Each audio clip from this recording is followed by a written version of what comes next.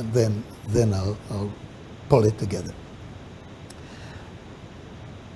I think of System 1 very largely in terms of what happens in associative memory. And to think of associative memory, you can think of a gigantic network of ideas, and the ideas are linked to each other in various ways, associatively. Some of them are causes of other things, or categories, or instances of. There are many different links, but you have that huge representation of ideas that we have in our mind, and at any one time, a stimulus occurs, it activates a subset of those nodes in that representation in memory, and then activation spreads through the associative network.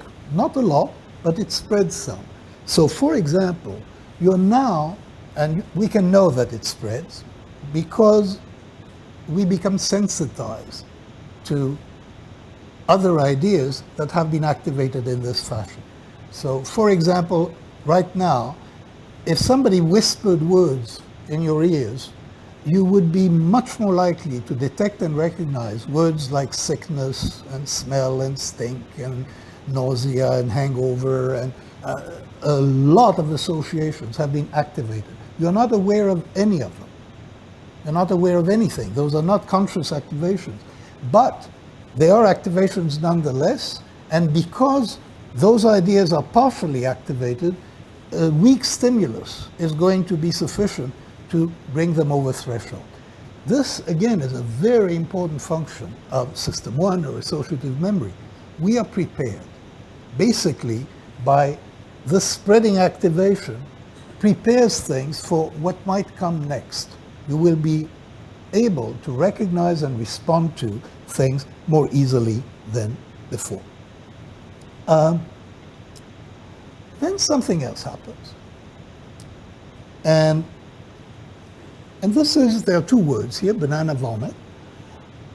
And you made a story.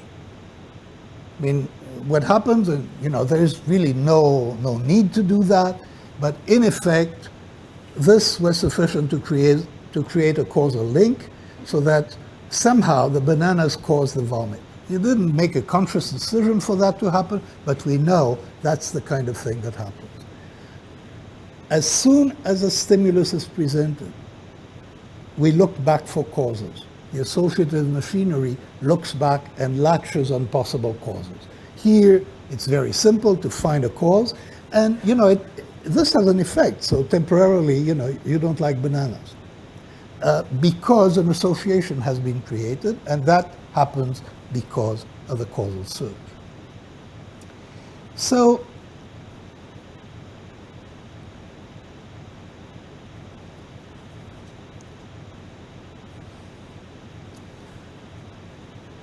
this should give you a sense of one of the functions of System 1. And to complete that, let me show you something else. So this is a famous psychological demonstration, but many of you might not have seen it. You read that as ABC. You read this as 12, 13, 14, but the B and the 13 are physically identical. So this tells us something quite important about the way that associative machinery and System 1 work on new stimuli.